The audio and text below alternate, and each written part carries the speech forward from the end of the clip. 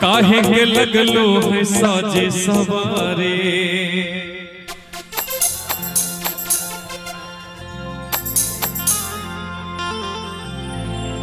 कि जाता रो माई के दर्शन तो करे काहे के लगलो है साजे सवारे कि रील बनी मंदिर के गेट पाजी जा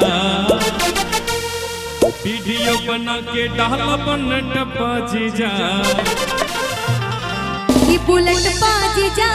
बुलेट पाजी जा बुलेट पाजी जा बुलेट पाजी जा ले जाने घुमावे बुलेट पाजी जा बुलेट पाजी जा बुलेट पाजी जा ले जाने घुमावे बुलेट पाजी जा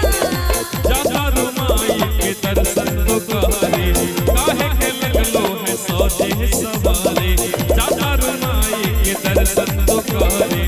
काहे के लगलो है सोचे सवारे दिल बनी मंदिर के गेट पाजी जा वीडियो बना के डाला बनट पाजी जा बुलेट पाजी जा बुलेट पाजी जा बुलेट पाजी जा बुलेट पाजी जा ले जाने घुमावे बुलेट पाजी जा बुलेट पाजी जा बुलेट पाजी जा ले जाने घुमावे बुलेट पाजी जा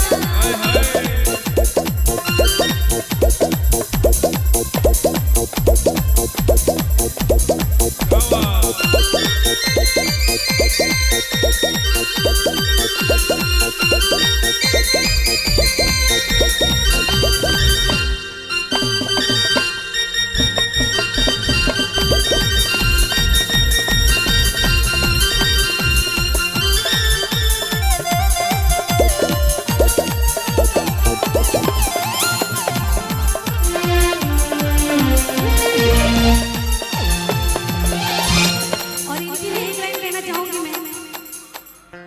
कि आज मानव बना और का हल्का जीजा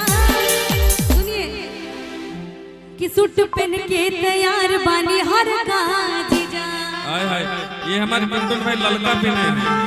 क्या ललका ललका अच्छा अच्छा आगे वाले भैया के हाँ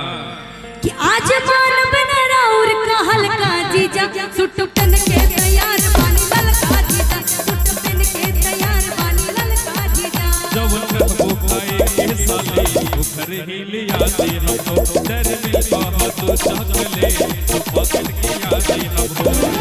मानव ना हम चकलेट पाजी जा चौमिन चाट के पिलट पाजी जा बुलेट पाजी जा बुलेट पाजी जा ले जाने घुमावे बुलेट पाजी जा बुलेट पाजी जा बुलेट पाजी जा ले जाने घुमावे बुलेट पाजी